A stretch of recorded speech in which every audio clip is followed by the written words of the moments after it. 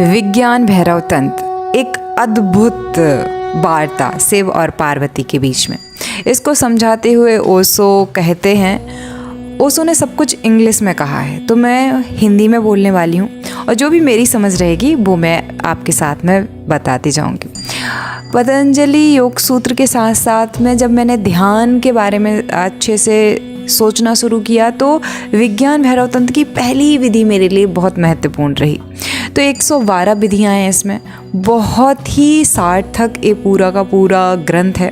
तो चलिए स्टार्ट करते हैं। ओशो कहते हैं, विज्ञान भैरव तंत्र का जगत बौद्धिक या दार्शनिक नहीं है, सिद्धांत का इसमें कोई महत्व नहीं है। यह विधि और तकनीकों से संबंधित है, सिद्धांतों से बिल्कुल भी नहीं। तंत्र शब्द का अर्थ है तकनीक, विधि, मार्ग। जब हम भी बात करते हैं, आपने कहा होगा कि तंत्र शब्द, सिस्टम शब्द आता है तो आप अपनी लाइफ से इसको समझ सकते हैं। अतः यह दार्शनिक नहीं है, इस बात पर ध्यान दें। यह बौद्धिक समस्याओं और पूछताछ से संबंधित नहीं है। यह किसी चीज़ के क्यों से संबंधित नहीं है, बल्कि कैसे से संबंधित है। सत्य क्या है इससे संबंधित नहीं है, बल्कि सत्य को कैसे प्राप्त किया जा सकता है इससे संबंधित है। तंत्र का अर्थ है तकनीक, इसलिए यह ग्रंथ एक वैज्ञानिक ग्रंथ है। विज्ञान क्यों से संबंधित नहीं है, विज्ञान कैसे से संबंधित है। यही दर्शन और विज्ञान का मूल अंतर है। दर्शन पूछता है यह अस्तित्व क्यों, विज्ञान पूछता है यह अस्तित्व कैसे। जिस क्षण आप कैसे प्रश्न पूछते हैं, विधि तकनीक महत्वपूर्ण हो जाती है, सिद्धांत अर्थहीन हो जाते हैं, अनुभव केंद्र बन जाता है। तंत्र विज्ञान है, तंत्र दर्शन नहीं है। दर्शन को समझना आसान है क्योंकि इसके लिए केवल आपकी बुद्धि की आवश्यकता होती है। यदि आप भाषा समझ सकते हैं, यदि आप अवधारणा समझ सकते हैं तो आप दर्शन को समझ सकते हैं।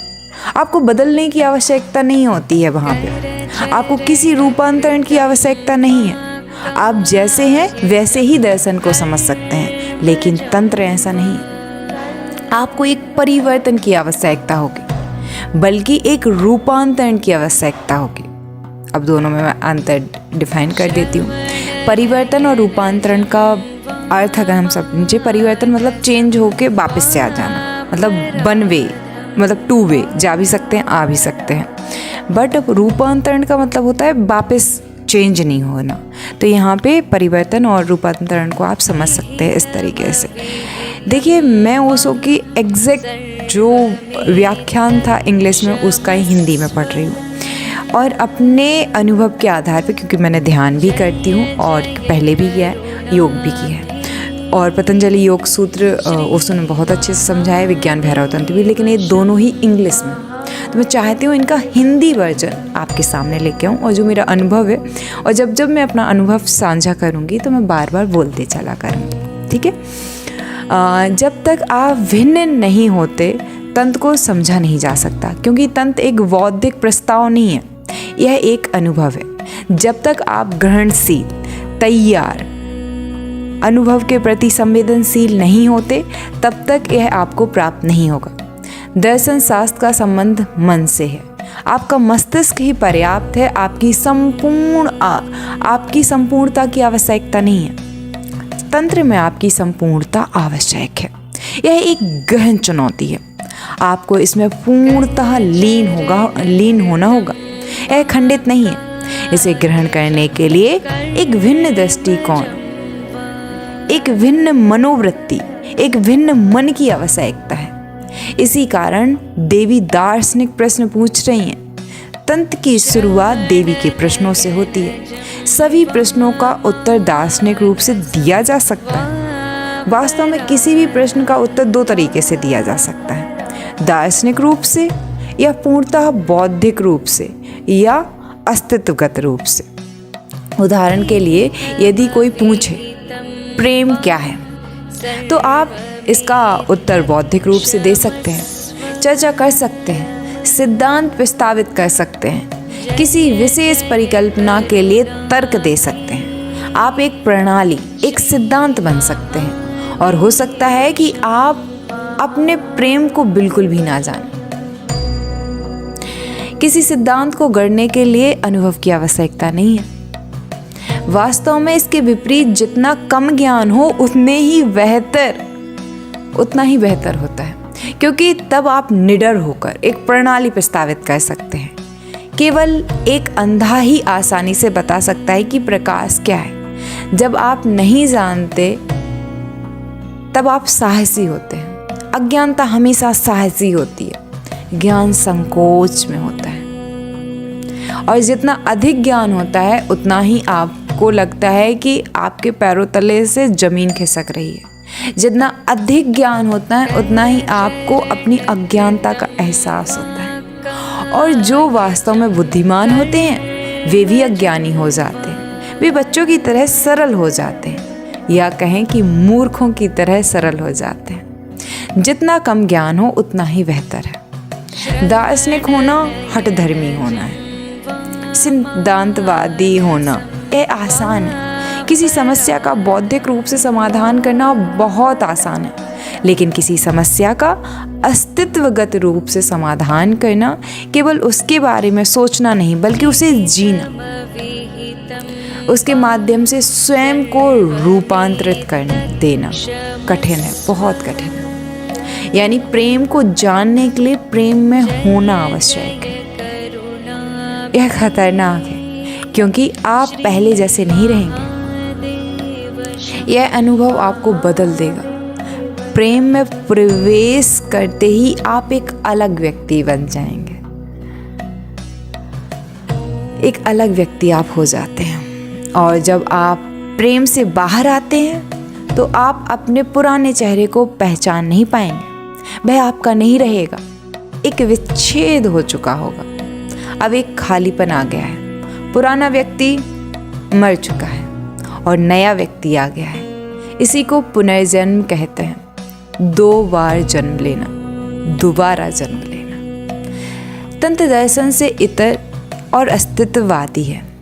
इसलिए देवी स्वाभाविक रूप से ऐसे प्रश्न पूछते हैं जो दार्शनिक प्रतीत होते हैं, लेकिन सिर्फ उनका उत्तर उस तरह से नहीं देंगे। इसलिए शुरुआत में ही समझ लेना इसको जरूरी है, अन्यथा आप भ्रमित हो जाएंगे, क्योंकि सिर्फ किसी भी प्रश्न का उत्तर नहीं देंगे। देवी जितने भी प्रश्न पूछ रही हैं सिर्फ उनका उत्तर नहीं देंगे, फिर भी वे उत्तर देते हैं। कैसे देते हैं फिर उत्तर, आप सोच रहे होंगे, मैं भी सोच रही हूँ। देते हैं उत्तर। बहुत बार जब कोई आपसे पूछे कि सब्जी कहाँ रखी है तो आप इशारा कर देते हो। आप बोलते नहीं हो, आप बस इशारा कर देते हो। ये सब मैं अपने जब भी मैं अपना कुछ बोलूँगी अनुभव तो मैं बता दूँगी। जैसे मैं अपनी माँ जी से पूछती हूँ कि माँ जी भूख लगी है, खाना में क्या है, तो माँ जी कह देती हैं, तो उन्होंने बोला नहीं बट इशारे से कह दिया, है ना। या कभी कभी किसी ने सवाल पूछा या कुछ भी अपन से पूछा तो अपन इशारा कर देते। वैसे ही यहाँ इशारे नहीं होंगे, यहाँ अनुभव से बताया जाएगा। तो बहुत ही गहरा है, मैंने तो बहुत सतही उदाहरण दिया है। देवी जितने भी प्रश्न पूछ रही हैं सिर्फ उनका उत्तर नहीं देंगे, फिर भी वे उत्तर देते हैं। और वास्तव में केवल उन्होंने ही उत्तर दी है, किसी और ने नहीं, लेकिन एक अलग स्तर पर। देवी पूछती हैं, हे मेरे प्रभु, आपकी वास्तविकता क्या है? वे इसका उत्तर नहीं देंगे। इसके विपरीत वे एक विधि बताएंगे, और यदि देवी इस विधि का अभ्यास करेंगी तो उन्हें ज्ञान प्राप्त होगा। इसलिए उत्तर घुमावदार है, यह सीधा नहीं है। वह मैं कौन हूँ का उत्तर नहीं देंगे। वे एक ऐसी तकनीक बताएंगे, उसे करके देखो और तुम्हें पता चल जाएगा कि तुम कौन हो या मैं कौन हूँ। तंत्र में करके ही ज्ञान प्राप्त होता है, और इसके अलावा कोई दूसरा ज्ञान नहीं है। जब तक कुछ नहीं करते तब तक आप बदलते नहीं। जब तक आपके पास देखने का कोई अलग नज़रिया नहीं होता, जब तक आप बुद्धि से परे किसी अलग आयाम में नहीं जाते, तब तक कोई उत्तर नहीं है। उत्तर दिए जा सकते हैं, लेकिन वे सब झूठे हैं। सभी दर्शन झूठे हैं। आप एक प्रश्न पूछते हैं और दर्शन आपको उत्तर देता है। यह आपको संतुष्ट करता है या नहीं करता है, यदि आपको संतुष्ट करता है तो आप उस दर्शन को अपना बना लेते हैं, लेकिन आप वही रहते हैं। यदि आपको संतुष्ट, अगर वो दर्शन आपको संतुष्ट नहीं करता है तो आप किसी अन्य दर्शन की खोज में लग जाते हैं, लेकिन आप वही रहते हैं। आप पर कोई असर नहीं पड़ता, आप बदलते नहीं हैं। तो चाहे आप हिंदू हों, मुसलमान हों, ईसाई हों या जैन हों, इसमें कोई फ़र्क नहीं पड़ता। हिंदू, मुस्लिम या ईसाई के मुखौटों के पीछे जो असली इंसान है वो तो एक ही है ना। सिर्फ शब्दों या कपड़ों से कोई अलग नहीं होता, सिर्फ शब्द और कपड़े ही यहाँ अलग हैं। चाहे कोई चर्च जा रहा हो, मंदिर जा रहा हो, मस्जिद जा रहा हो, सब एक ही है, सिर्फ चेहरे अलग हैं, और वो भी झूठे चेहरे हैं। मुखौटों के पीछे आपको वही इंसान मिलेगा, वही क्रोध, वही आक्रामकता, वही हिंसा, वही लोभ, वही वासना, सब कुछ एक जैसा। क्या मुसलमान कामुकता हिंदू कामुकता से अलग है? क्या ईसाई हिंसा हिंदू हिंसा से अलग है? बिल्कुल एक ही है। वास्तविकता एक ही रहती है, सिर्फ कपड़े बदल जाते हैं। तंत्र का आपको आपके कपड़ों से कोई लेना देना नहीं है, तंत्र का आपसे लेना देना है। अगर आप कोई सवाल पूछते हैं तो उससे पता चलता है कि आप कहाँ हैं। अगर आप कोई सवाल पूछते हैं तो उससे पता चलता है कि आप कहाँ हैं। उससे यह भी पता चलता है कि आप जहाँ भी हैं देख नहीं सकते, इसलिए सवाल पूछा जाता है। एक अंधा आदमी पूछता है प्रकाश क्या है, और दर्शन शास्त्र प्रकाश क्या है इसका जवाब देने लगेगा।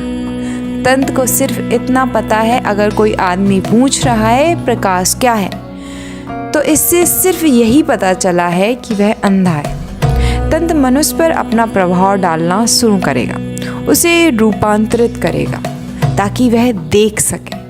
तंत्र यह नहीं बताएगा कि प्रकाश क्या है, तंत्र यह बताएगा कि अंतर्दृष्टि कैसे प्राप्त करें, दृष्टि कैसे प्राप्त करें और दर्शन कैसे प्राप्त करें। जब दृष्टि प्राप्त हो जाएगी तो उत्तर भी मिल जाएगा। तंत्र आपको उत्तर नहीं देंगे, तंत्र आपको उत्तर प्राप्त करने की तकनीक देंगे। अब यह उत्तर बौद्धिक नहीं होगा। यदि आप किसी अंधे व्यक्ति को प्रकाश के बारे में कुछ बताते हैं तो यह बौद्धिक है। यदि अंधा व्यक्ति स्वयं देखने में सक्षम हो जाता है तो यह अस्तित्वगत है। यही मेरा अर्थ है जब मैं कहता हूँ कि तंत्र अस्तित्वगत है। इसलिए शिव देवी के प्रश्नों का उत्तर नहीं देंगे, फिर भी वे उत्तर देंगे। पहली बात। और दूसरी बात, यह एक अलग प्रकार की भाषा है। इसमें प्रवेश करने से पहले आपको इसके बारे में कुछ जानना होगा। सभी तंत्र ग्रंथ शिव और पार्वती के बीच का संवाद है। देवी प्रश्न पूछती हैं, शिव उत्तर देते हैं। सभी तंत्र ग्रंथ इसी तरह शुरू होते हैं। क्यों? यह विधि क्यों? यह महत्वपूर्ण है। यह एक गुरु और शिष्य के बीच संवाद नहीं है, यह दो प्रेमियों के बीच संवाद है। तंत्र के माध्यम से एक बहुत ही सार्थक संदेश मिलता है कि गहन शिक्षाएं तभी दी जा सकती हैं जब शिष्य और गुरु के बीच प्रेम हो। शिष्य और गुरु को गहरे प्रेमी बनना होगा, तभी उच्चतर पराक्रमी भाव विभोर का अनुभव हो सकता है। अतः यह प्रेम की भाषा है। शिष्य को प्रेम में भाव धारण करना चाहिए, लेकिन केवल यही नहीं, क्योंकि मित्र भी प्रेमी हो सकते हैं। तंत्र कहता है कि शिष्य